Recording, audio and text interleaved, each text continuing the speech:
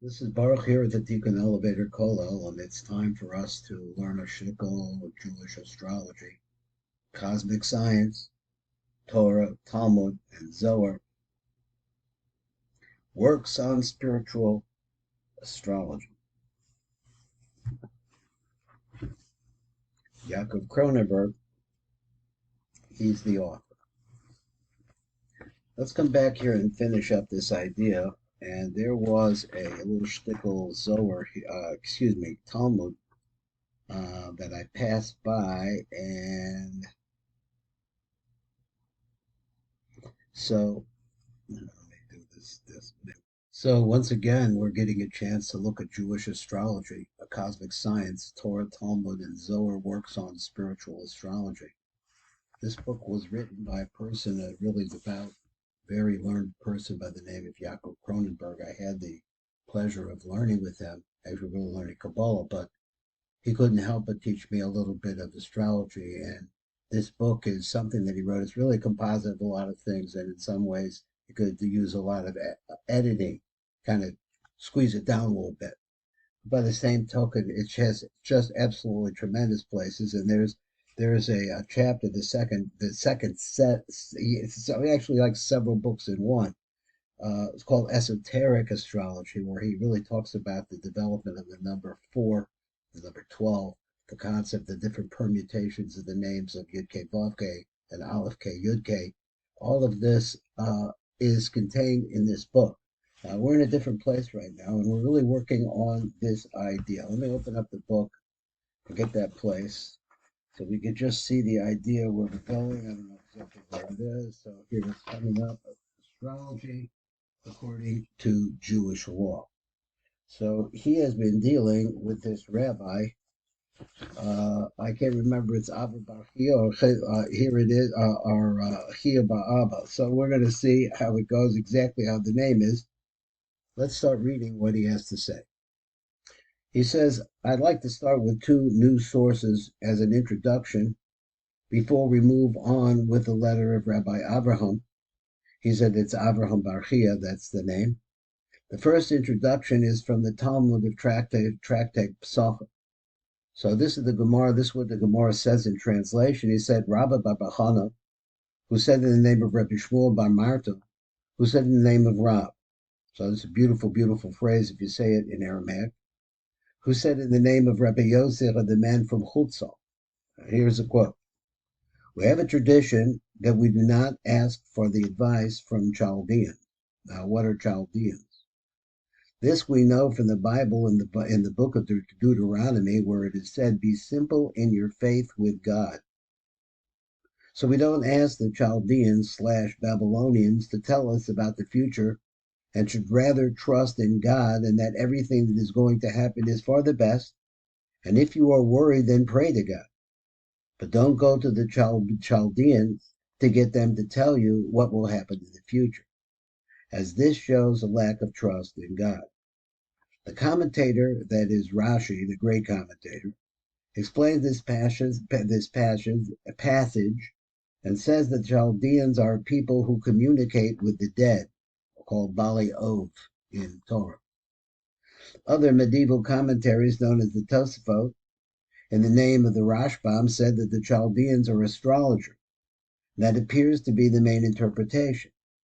So this passage from Tractate Pesachim seems to be telling us that you should pray to God instead of asking for the advice from astrologers. This is a main kasha right here. So this is one source Rabbi Avraham Bar Chiah will have to address in his letter to show that a Jew is not transgressing the law of not asking the Chaldeans when he studies astrology.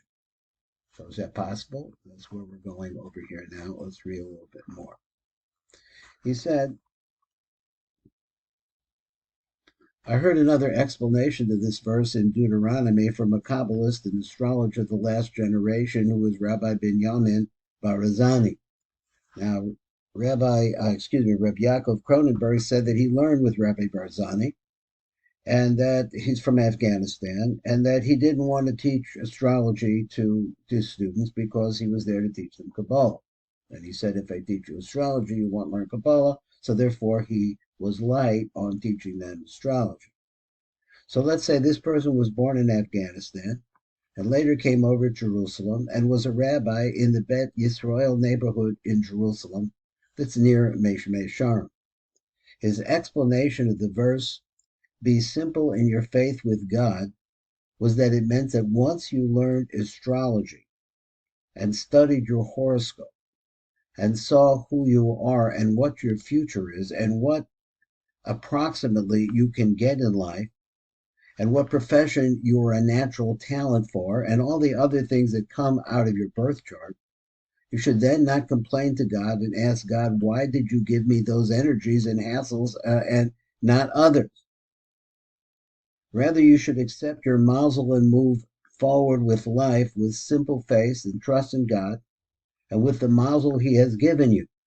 So there's nothing wrong with your knowing what your mazels are, as it is all good for you, and is as much as it is the fate you require for your mission on earth. Now, I'm not going to read that again.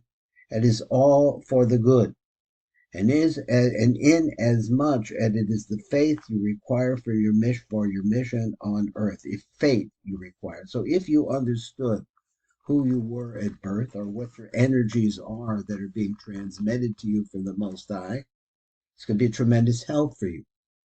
Rabbi Benjamin Barazani did not agree with the interpretation that this verse in Deuteronomy is telling us that it's forbidden to study astrology and not inquire as to what toolbox you were given at birth to fulfill your mission. So he's saying that it's possible by the understanding of the cycles of the planets and the cycles of the earth and the cycles of your life all blend together at the moment of your birth, and you can actually get a picture of your potentials and your lacks. It came to tell you what is your faith and to accept it and work within it. For you were born with a certain mission in life. Everyone has a mission in their life, and you should accept yours. So this is how he learned it. It is like giving a map of your life. Let me read it again. It is like being given a map of your life. You should not ask for another map or complain about the one you have. That's who you are. This is where you were. You were born into that sequence. You should rather study it in detail and ensure that you are well prepared for what is coming up along the journey and maximize your potential within these parameters. Not studying the map at all and just going along the path blind as to what is coming around the next corner is not the way of being simple in your faith with God, since you are ignoring the map He gave you and blazing your own trail and wasting much time because it's not harmonious with who you really are. You should aim to turn your faith into your destiny. For example, if you are mazel to have lots of children, and you fulfill the Bible commandment to procreate, then you will fulfill your mazel. Well, if you do not fulfill the commandment to procreate, or you partially fulfill it, you will change your potential mazel. Let's say I'm losing the place here. Change your potential mazel and have less children, despite the fact that you could have had more. Similarly, if your mazel is that you will have an inclination to do bad things, and yet you study the Bible and its commandments and you follow them, you can change this mazel and do good. That's one of the basic ideas in Judaism, is that we all have a mazel. Mazel means the place that we are in the system of time and space where we are born. We're born into a certain pattern, into a cycle of life. And we can understand that cycle of life, but we can also pray and work on our midos. We can understand what these things mean, and we can work on ourselves. This is Baruch Fleischman, and this has been Jewish Astrology, Cosmic Science by Yaakov Kronenberg.